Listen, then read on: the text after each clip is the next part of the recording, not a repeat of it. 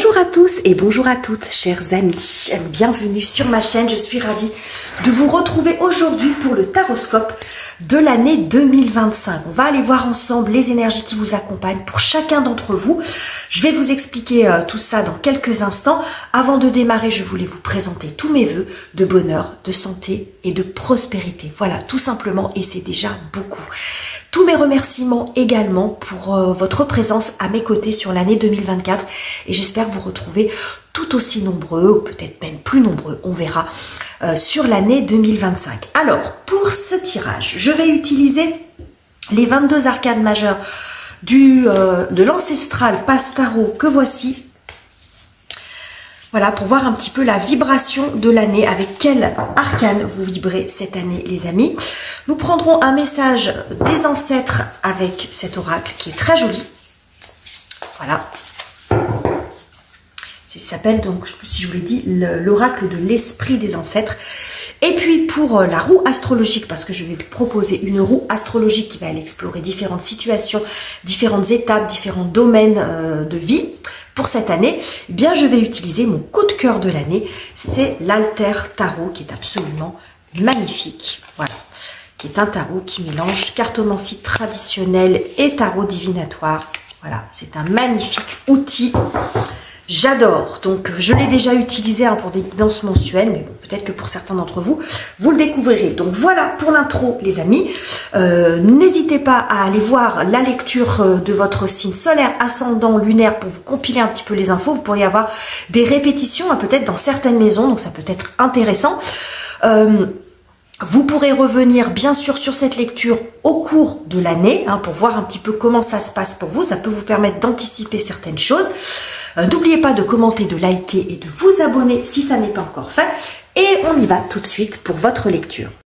Et c'est à vous les taureaux, bienvenue sur votre lecture 2025. On va aller voir ensemble les énergies qui vont vous accompagner cette année avec la roue astrologique. Mais avant cela, on va prendre un arcane majeur pour voir un petit peu la vibration et j'ai envie de dire le rythme de cette année. Au rythme de quel arcane vous évoluez? La lune. Ok. Bon. La lune nous parle d'évolution. Alors, on n'est pas sur quelque chose de brutal. On est sur une année où il va y avoir quand même pas mal de changements. Des changements réguliers. Parce que la lune, elle est en perpétuel changement. Et ce cycle lunaire, il se répète chaque mois. Donc, vous voyez, c'est une année où, à mon avis, vous n'allez pas vous ennuyer, les taureaux. Mais on n'est pas forcément sur quelque chose de brutal. Donc, il peut y avoir des fins de cycle, des débuts de cycle, on peut avoir quand même les deux. Donc ça montre une année où il y a quand même pas mal de changements. Alors ça pourrait venir vous chercher aussi sur votre capacité à vous adapter face à ces changements, les taureaux, parce que vous êtes un signe fixe et donc pas toujours à l'aise, signe fixe de terre, pas toujours à l'aise avec les changements. Vous aimez bien être dans vos habitudes, vous maîtrisez les choses. Alors là, ça ne veut pas dire que vous n'allez rien maîtriser du tout, mais quand même, c'est une année qui est un petit peu mouvante avec peut-être des évolutions, des changements qui peuvent être un peu, que vous pourriez aborder comme en étant un petit peu méfiant, parce qu'il y a une forme de semi-obscurité avec la lune. On n'est pas certain de ce que ça va donner. Vous voyez? Ok, on va prendre un message avec l'oracle des ancêtres, de l'esprit des ancêtres.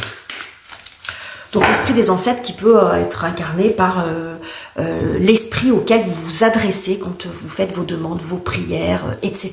Donc ça peut être Dieu, la source, l'univers, un ange, un saint, une personne disparue, votre animal de compagnie disparu, etc.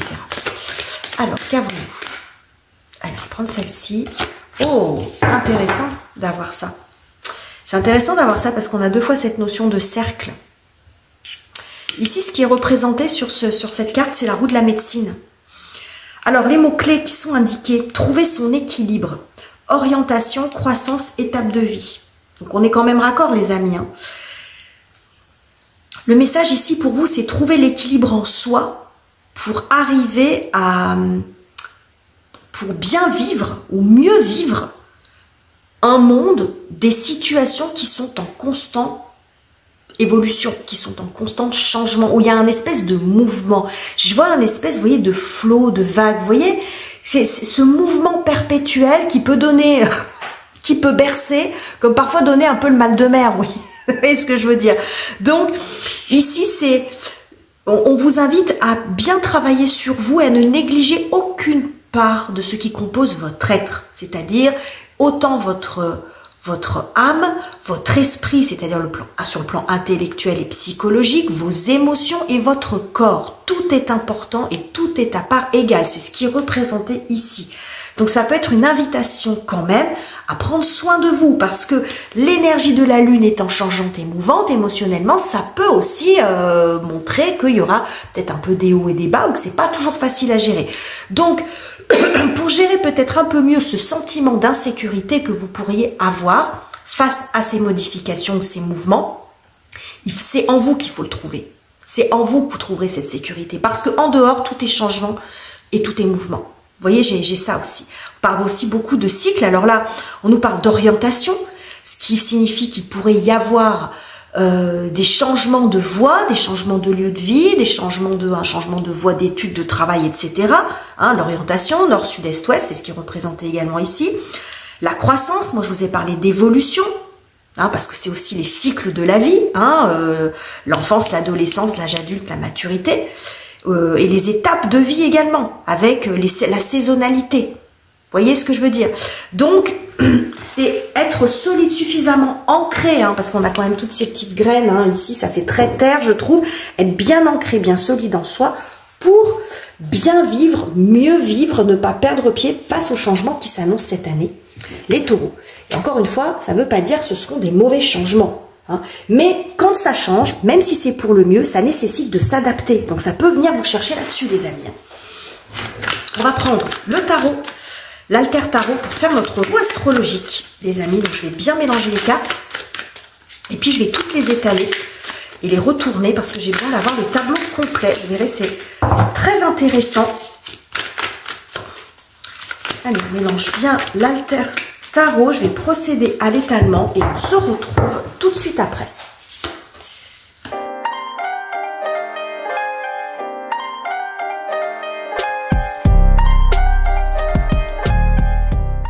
Voilà, je pense que là, on est pas mal. Vous voyez, ça fait un beau, de belles images. Vous pouvez aussi faire pause sur la vidéo si vous avez envie de vous les approprier, les amis. Alors, avant de démarrer l'interprétation de cette roue astrologique ou de ces maisons astrologiques, parce que j'ai pas fait une roue, hein, ça vous aura pas échappé, on va regarder de quoi est composé votre tirage. Donc, nous avons ici un arcane majeur, donc 1, 2, 3... 4, 5, 6 arcanes majeures sur 12, donc c'est quand même pas mal. En termes d'éléments, nous avons du feu. Pas mal de feu quand même, hein. Ici, ici, ici. Nous avons de l'air, ici avec les épées. Nous avons un peu de terre ici. Nous n'avons pas d'élément eau, mais c'est largement compensé par l'énergie de la lune, hein, parce que l'eau, ça va représenter justement la créativité, les émotions, les sentiments, etc., la sensibilité. Bon, vous avez déjà ça avec l'énergie de la lune, donc c'est bien suffisant. Donc c'est plutôt bien équilibré, les amis. Donc on y va, on démarre avec la maison 1, qui est celle des béliers. Et c'est la maison qui va représenter l'ego, la personnalité. C'est vous, comment vous êtes cette année, les taureaux. Alors, tout comme les béliers, vous avez l'impératrice qui est sortie dans cette maison-là. Mais pour vous, je la vois un petit peu différente. Parce qu'avec la lune en toile de fond, j'y vois beaucoup la féminité, la sensualité même. Un rapport au corps, le besoin peut-être de reprendre un peu soin de vous aimer plus, de vous aimer mieux. J'ai ici un besoin d'éclosion. C'est une phase d'éclosion, d'épanouissement. Je pense qu'au fur et à mesure que l'année va avancer, vous allez prendre un peu plus confiance en vous, plus vous aimer. Mais ça peut repasser par des phases aussi, vous allez prendre soin de vous. Qu'est-ce que j'ai d'autre avec le bélier? Nous avons Vénus avec l'amphore et la table. Alors Vénus, déjà, c'est votre planète maîtresse, les taureaux. Donc on est raccord. Donc Vénus qui est la planète qui va nous parler bien sûr d'amour, de la beauté, donc d'où ce côté très féminin, le besoin de reprendre soin de soi. Ça va nous parler aussi des arts, d'un côté aussi très créatif qu'on retrouve aussi beaucoup chez l'impératrice. Une vie sociale peut-être riche aussi. On a besoin de se divertir aussi. On est dans le divertissement, dans la légèreté. Ça sera intéressant de voir ce qui se passe dans la maison 5 d'ailleurs. Bon, après le petit message que je peux avoir en plus, les taureaux, vous prenez pas, attention aux excès quand même. Hein, parce qu'il peut y avoir une année où il y a pas mal de choses qui se passent, pas mal de sorties, hein, des moments très conviviaux, de retrouvailles. Bon, hein, il peut y avoir un petit, voilà, avoir une vigilance, pardon, j'arrive pas à parler, vigilance en termes d'excès, excès de table ou autre. Maison 2, c'est votre maison les taureaux. Alors c'est la maison des possessions, de l'argent, des acquisitions, du patrimoine, etc. Alors dans cette maison nous avons le 3 de bâton qui peut nous montrer qu'il y a des projets. Il y a des projets sur du long terme qui sont en train de se concrétiser, que peut-être vous orientez votre argent dans ce sens-là. C'est-à-dire que vous l'épargnez, vous le mettez de côté, ou vous commencez à faire des demandes, ou peut-être comment vous pouvez financer ce projet-là. Il peut y avoir aussi le fait d'investir, mais pour l'avenir, avec une rentabilité, mais qui sera pour plus tard. Vous voyez, on achète quelque chose maintenant qui aura une valeur plus importante dans quelques années, dans quelques mois, etc. Il peut y avoir des investissements dans ce sens-là. Le 3 de bâton nous parle de projet également, tout comme l'impératrice. Alors, avec ce que j'ai en face, il se peut que ça soit un petit peu compliqué. Alors, on va voir ce que nous dit Béline pour compléter ça. Nous avons Saturne. Bon, alors Saturne qui nous parle de retard, de limite. Bon, alors on ne parle pas d'annulation, mais on nous dit que c'est un petit peu laborieux, que ça peut être compliqué. Alors ça peut être dû à des aides financières, de l'argent qui arrive de l'extérieur, parce que la maison 8, c'est de ça dont elle nous parle.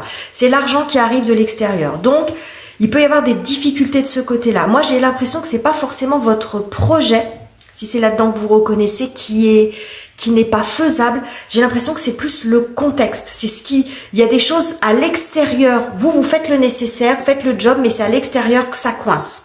Donc ça peut être une banque qui ne finance pas, ça peut être une aide qui n'arrive pas, une aide financière, une subvention, un don, un legs, ou ce que vous voulez. Vous voyez, j'ai un truc comme ça. Donc il peut y avoir des difficultés. Ça peut être aussi en termes je vais pas dire de légalité, mais de réglementation, parce que Saturne nous parle aussi beaucoup de ça. Maison 3, c'est la maison des Gémeaux, des apprentissages, et également de la fratrie. Alors en termes d'apprentissage, avec ce que j'ai ici, il peut y avoir des réorientations professionnelles, hein, c'est ce que je vois avec ce que j'ai autour, hein, surtout maison 10 ici, maison 10 et ce que j'ai ici. Bon, il peut y avoir des réorientations professionnelles, où on trouve, comment dirais-je, ça peut être une nouvelle voie d'études pour ceux qui sont plus dans un parcours encore étudiant. Hein. C'est ce que je vois ici. Ça peut être le fait de devoir ajouter, pardon, une corde à son arc. Qu'est-ce que j'ai pour vous, les amis? Prendre celle-ci. Vénus encore, l'union. Bon, vous trouvez, hein. Vous trouvez ce qui vous convient. Voilà, s'il y a une réorientation professionnelle à faire, vous trouvez ce qu'il faut. C'est un parcours qui peut être un peu long, hein, parce que là, avec ce que j'ai ici, il peut y avoir un changement assez radical au niveau professionnel, par exemple. Sur la fratrie, il peut y avoir un de vos frères et sœurs, ou que vous considérez comme tel, qui s'engage avec quelqu'un. Hein, qui vous présente quelqu'un, ou qui s'engage. Ça peut être, ou qui trouve un travail, ou qui trouve un lieu de vie. Il y a l'un de vos frères et sœurs où il y a un joli redémarrage après une période où ça a peut-être été ou instable, ou une forme de traversée du désert où ça a été compliqué. Donc un célibat long, ou des relations qui ne donnent rien, ou des difficultés à trouver du travail, etc. Vous voyez? Donc j'ai quelque chose ici de plutôt chouette sur le plan de la fratrie. Maison 4, c'est celle des cancers, c'est celle du foyer, des personnes avec lesquelles vous vivez, et votre foyer aussi, votre maison. Bon, ici avec le cavalier de denier, c'est plutôt bien, c'est une énergie plutôt lente, plutôt sécurisante, donc on voit que ça se passe plutôt bien au niveau du foyer. Ce que je vois ici avec ce petit poney là, qui se dirige vers cet as de bâton, il se peut que pour certains d'entre vous, il y a un enfant qui quitte le nid. Alors, soit pour poursuivre des études, soit parce qu'il s'installe avec quelqu'un, mais il peut y avoir un changement de ce côté-là. On va voir ce que nous dit Béline. d'apporter des précisions. Pensée amitié, oui, c'est plutôt joli sur ce plan-là, les amis. C'est très joli sur le plan du foyer, de la famille, des proches.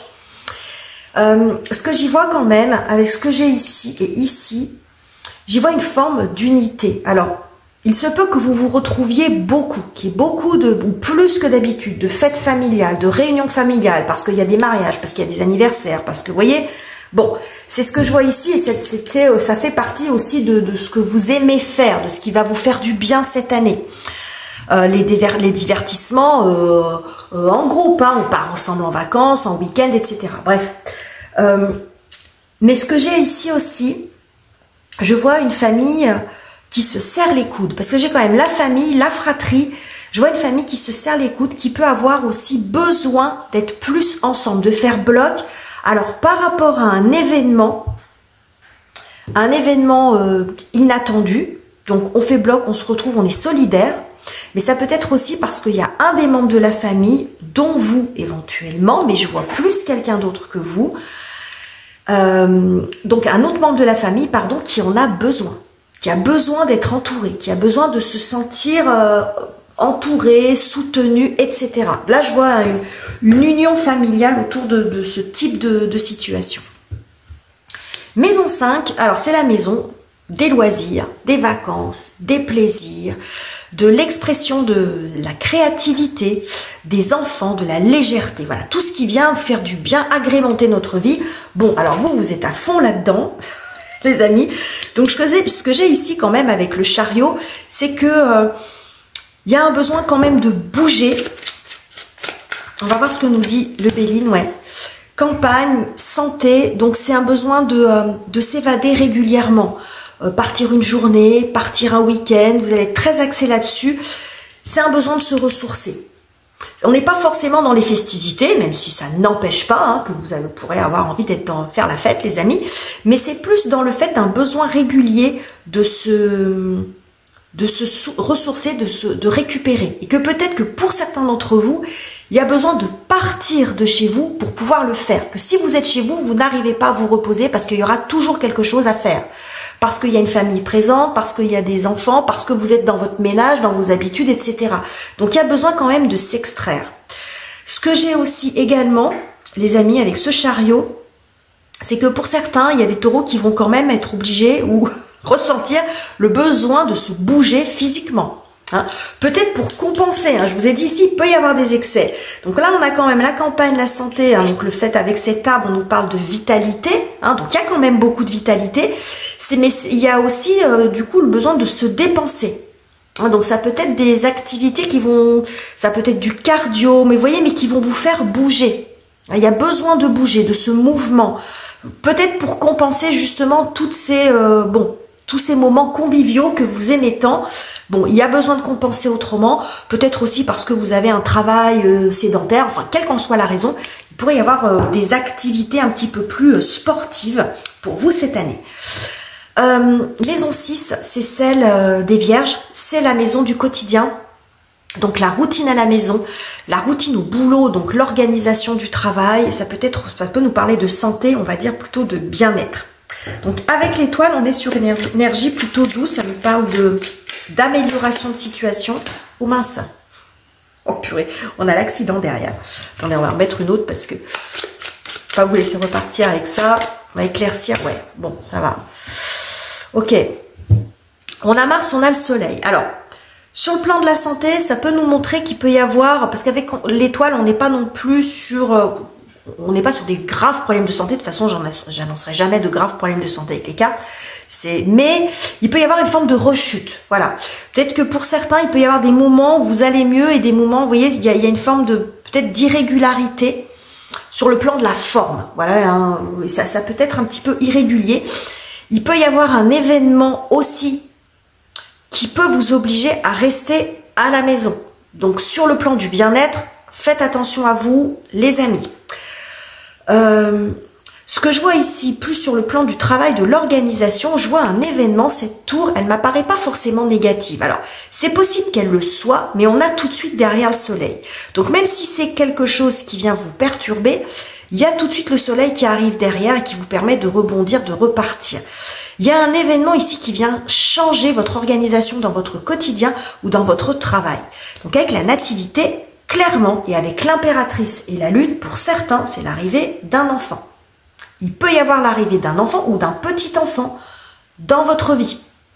Alors, soit il n'était pas du tout prévu, soit il arrive plus tôt que prévu.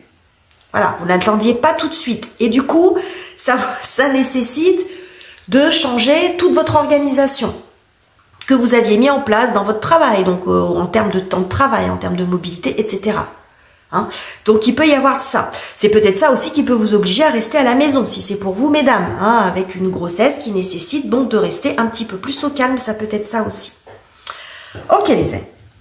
Maison 7, c'est celle des balances. Alors cette maison, elle va nous parler des partenariats, des unions, des accords, et ça peut aussi nous parler de votre partenaire de vie. Donc ici, nous avons un beau roi de bâton.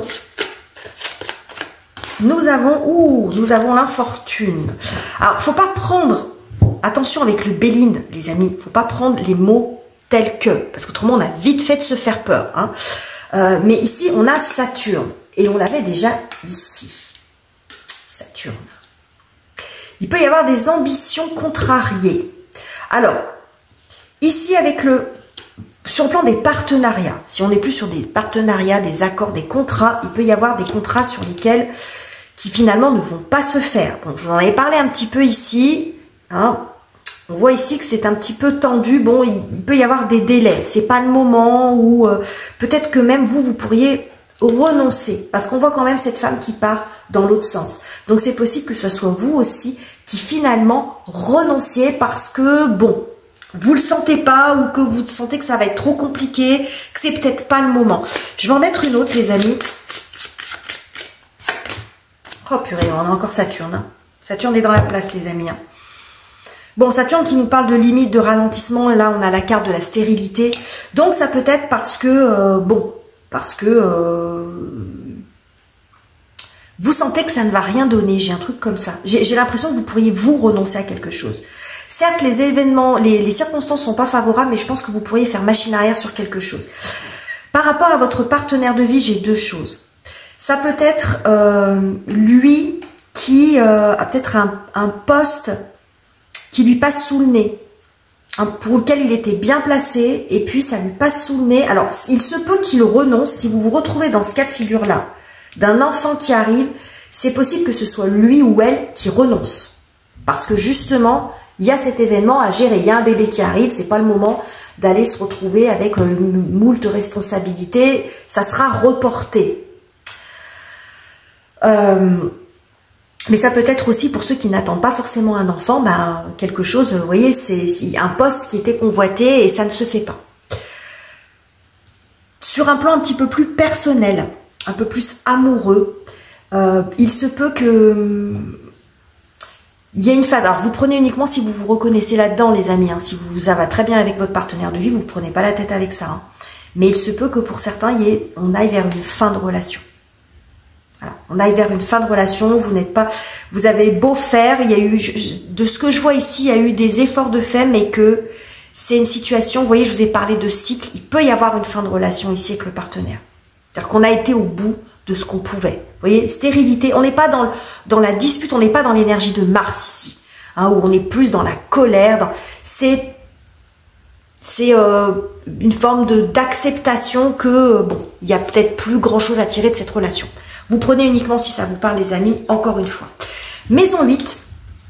Alors, la maison 8, c'est la maison des scorpions et de Pluton, où on en est au niveau du timing. Bon, ok. Je surveille un petit peu le chrono. Donc, la maison des scorpions et de Pluton. Alors, cette maison, elle peut représenter les fonds qui viennent de l'extérieur. Ça, c'est les ressources personnelles et ça, c'est les fonds qui viennent de l'extérieur. Bon, avec ce que j'ai ici, à mon avis, ça peut être ça qui peut générer le retard. De l'argent qui n'arrive pas, de l'argent qui ne rentre pas, des banques qui refusent, ça peut être une subvention que vous n'obtenez pas, ça peut être un don, un leg, ou c'est retardé, ça peut être quelque chose comme ça. Je vais voir ce que me dit le Béline. Jupiter.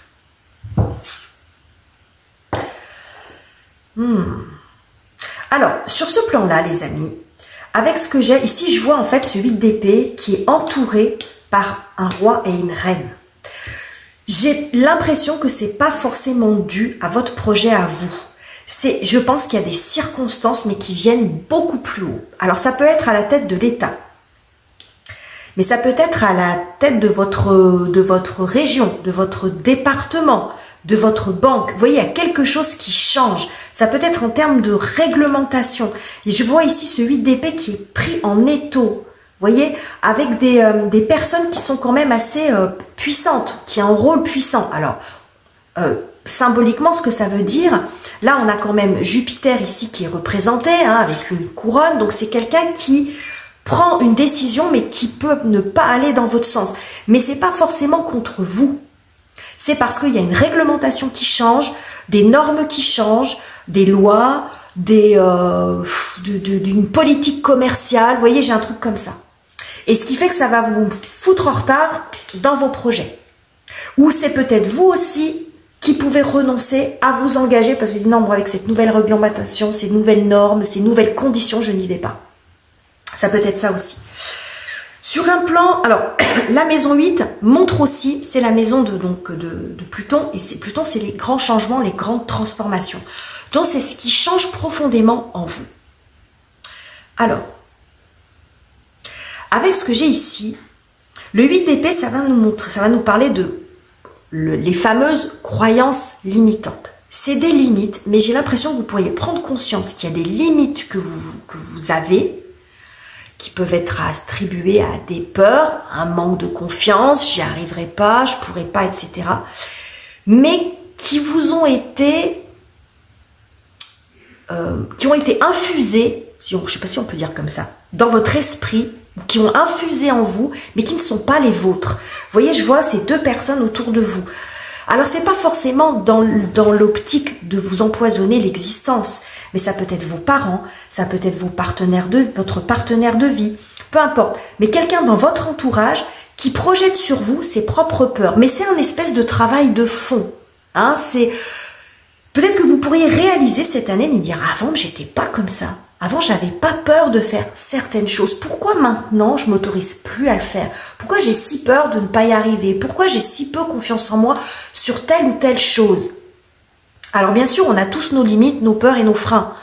Mais vous n'avez pas besoin en plus d'avoir celles des autres. Vous voyez ce que je veux dire? Et c'est des projections en fait. Et j'ai l'impression que vous pourriez arriver à faire le tri par rapport à ça. C'est-à-dire ça, ok, j'ai peur de ça, ça a toujours été un challenge, un défi pour moi, ça m'appartient. Mais par contre, la peur de telle ou telle chose, ou le manque de confiance, ou les limites sur telle ou telle chose, ça, c'est mes parents qui me l'ont enseigné, qui me l'ont inculqué, parce qu'en fait, c'est leur propre peur à eux, mais c'est pas les miennes. Vous voyez, alors je dis vos parents, mais ça peut être quelqu'un d'autre. Comprenez ce que je veux dire, les amis. Il peut y avoir un gros travail là-dessus cette année et ça peut être extrêmement libérateur quand même. Hein. Maison 9. Alors, la maison 9, c'est celle des Sagittaires. Alors, ça va nous parler des voyages, des grands apprentissages dans le sens de la philosophie, de la spiritualité. C'est vraiment la maison de la spiritualité. C'est aussi la maison de la légalité. Donc, je ne vais pas revenir dessus. C'est pour ça que je vous ai dit, à mon avis, qu'il peut y avoir des lois, des choses qui changent. Sur un plan un petit peu plus spirituel, alors déjà la reine d'épée, elle est extrêmement connectée, cette reine. Donc on va voir ce que nous dit le bébé. Restez dans les mains. Ouh, la grâce. Bon, on a encore Saturne qui est là. Bon, vous voyez, on a quelque chose qui descend vers vous. Donc, il y a une très très forte connexion. En même temps, avec la lune en toile de fond, on a aussi cette connexion, cette intuition, cette hypersensibilité hein, qui parfois est difficile à gérer, mais qui peut être aussi extrêmement aidante en termes de créativité. Ce que j'ai ici, pour vous les taureaux, c'est que j'ai l'impression que il pourrait y avoir, vous allez avoir besoin de donner de la matière intellectuelle à tout l'environnement spirituel dans lequel vous évoluez. Alors, je ne sais pas si ça, vous comprenez ce que je veux dire. C'est-à-dire que vous n'allez plus avoir forcément envie d'être dans des principes de spiritualité un petit peu fumeux. C'est-à-dire ce qu'on vous vend un petit peu sur Internet avec des des espèces de concepts de prêt-à-penser, vous voyez un petit peu le côté spirituel New Age, mais non creusé, c'est-à-dire qu'on prend un petit peu pour argent comptant tout ce qu'on entend, mais sans aller au fond des choses. J'ai l'impression que vous allez avoir besoin d'apporter un petit peu plus de matière, de consistance intellectuelle, en allant apprendre ou creuser ou lire sur du côté, peut-être plus du côté de la philosophie, et faire un mélange des deux. J'ai l'union au-dessus. C'est pas renier votre spiritualité, votre religion, mais j'ai l'impression que vous avez besoin de quelque chose qui soit plus clair aussi dans votre esprit, que vous sachiez de quoi on vous parle. Donc il y a une recherche philosophique et peut-être même scientifique, vous voyez, du côté des neurosciences, étudier un petit peu plus aussi le fonctionnement du corps humain, on a des ressources là-dessus. Et je pense que ça va beaucoup vous intéresser et ça peut vous faire aussi évoluer. Vous voyez, ne pas être que sur le côté les anges, les licornes, enfin, j'exagère bien sûr, mais vous voyez ce que je veux dire, hein, la loi de l'attraction et tutti quanti. Bon, il y a besoin de donner un petit peu plus de matière. Vous voyez ce que je veux dire? Enfin, je l'espère. Si vous n'avez rien compris, vous me le dites en commentaire. Les taureaux. Bon.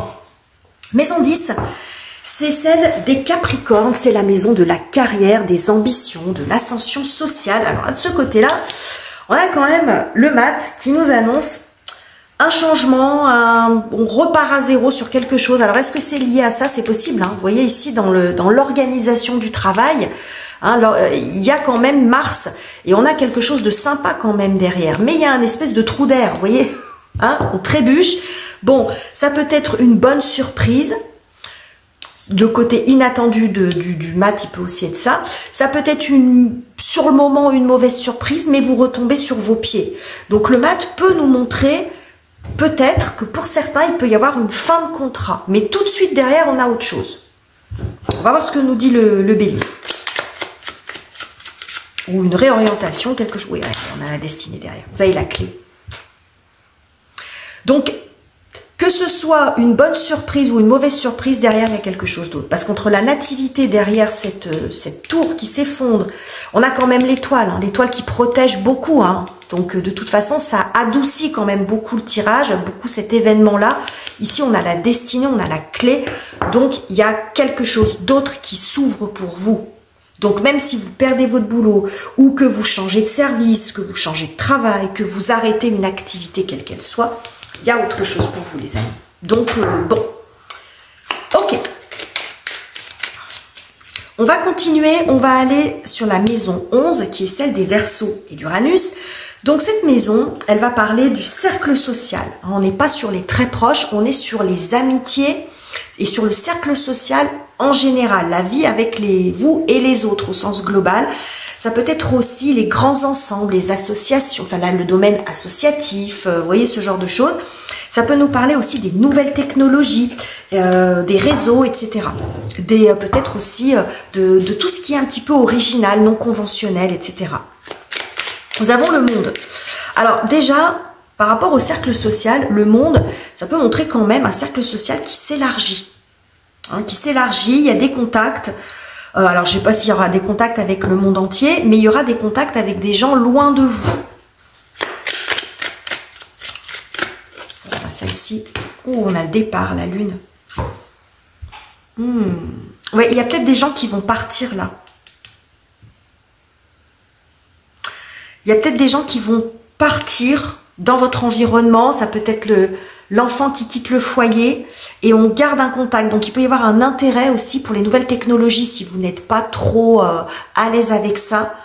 Il y a des communications ici à distance parce qu'il y a des gens qui partent. Ça peut être aussi des gens dans vos amis. Donc, on garde le contact. Il peut y avoir aussi... c'est possible qu'il y ait un voyage, mais c'est pas sorti dans la maison des Sagittaires. Donc moi, j'y vois plus une ouverture sur le monde via la nouvelle technologie. Un intérêt.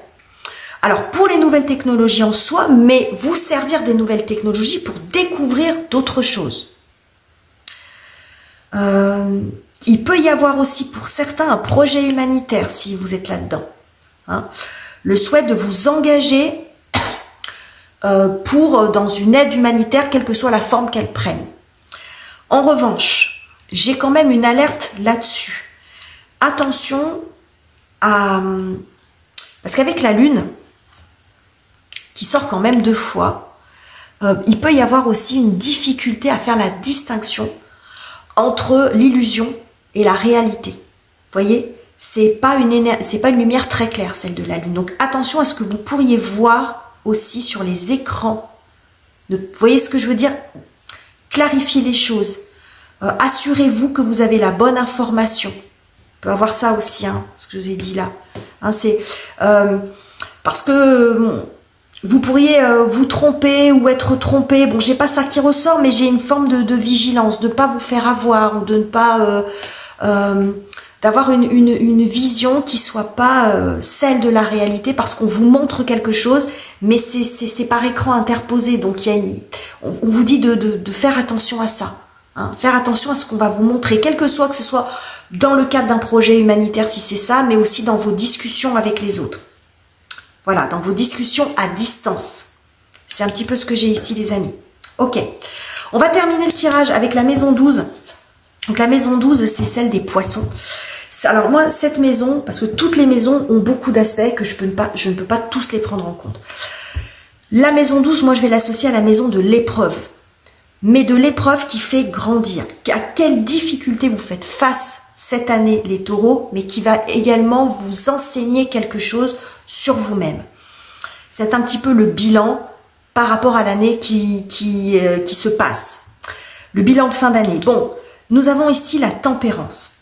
Alors j'aime beaucoup cette carte parce qu'elle est représentée par des roseaux. Les roseaux qui sont souples, qui ne plient pas, enfin qui arrivent à s'adapter à la météo. Quand il y a du vent, ils plient mais ils ne se cassent pas.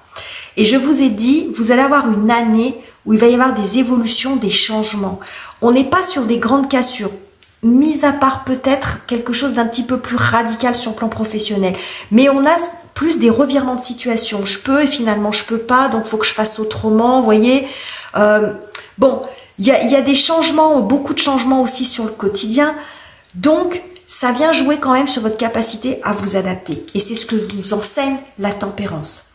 La tempérance, c'est aussi la modération. On ne s'emballe pas, on ne tombe pas dans la colère, on ne se laisse pas envahir par ses émotions. On essaie de toujours tempérer les choses, de modérer les choses.